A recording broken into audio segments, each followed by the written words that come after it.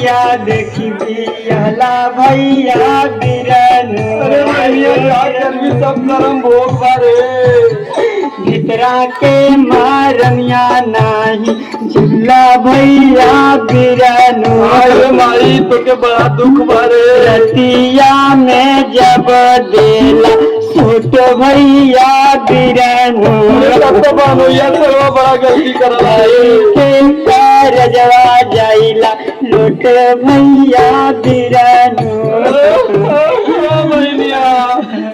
बड़ा गड़बड़ लेकिन जिन रोवा तू का रोलू हो तोरे का दिक्कत हो तोरे 4 बीघा जर जमीन तोहार भाई मिलिट्री में तू का रोलू सब है ना हो। अरे जब उनकर सुनबा तब न कपारे पे हाथ धरबा।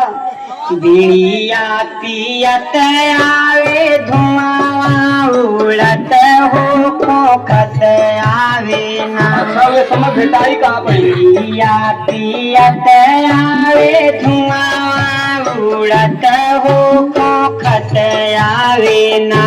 मोरा सैया जी दामहा खोखत आवे ना। मोरा सैया जी दामहा खोखत आवे ना। तू इतना बसे बहनिया परेशान है। अरे का करी हो भैया बड़ा पियना मिल गया। ये कौन बड़ी बात है वाले सारे के टीवी में एक बार बक्सर चल के दिखा दे अपने मान हुआ टीवी का दवाई मिला ठीक हो जाए मजे का चंगा हो जाए लगी कमा के खियावे। तो पैसा वैसा तो ना बकवा पुतवा तो कुल रोज सरबो दारू पिए न रात दिन। अरे वो का करल अरे रोज सुना का करन कुल। अरे गौना कराई के बलमा मोरा अढ़िया ढोर हो राम। गौना कराई के बलमा मोरा अढ़िया ढोर हो राम।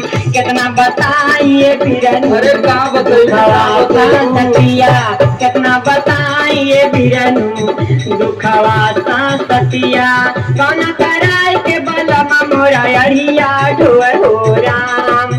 गौना कराई के बलमा मोरा अढ़िया ढोर हो राम।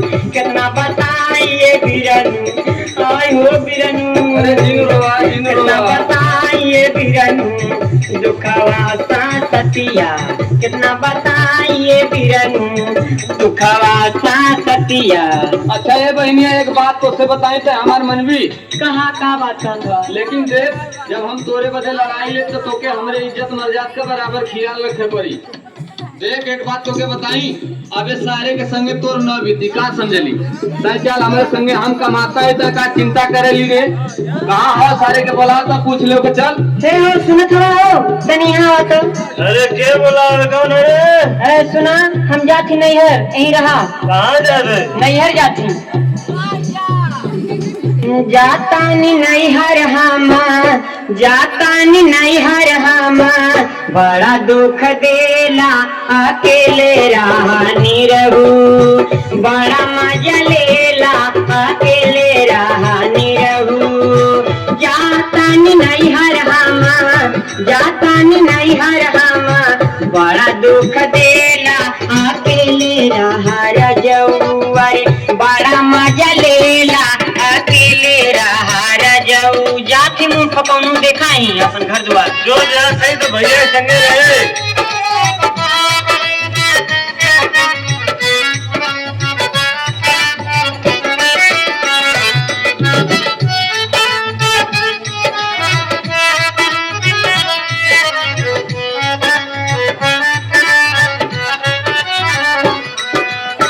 भैया संग जात बानी कबो नहीं आई।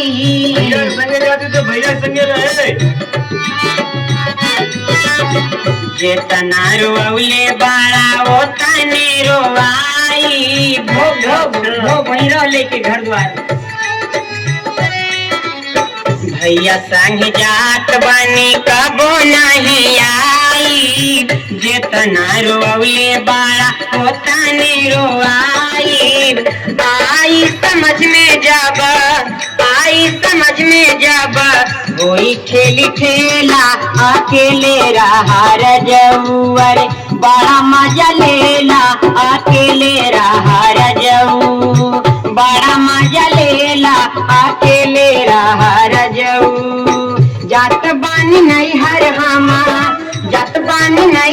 राम बड़ा दुख देला अकेले रहानी रहू अरे बड़ा मजा लेला अकेले रहा रजऊ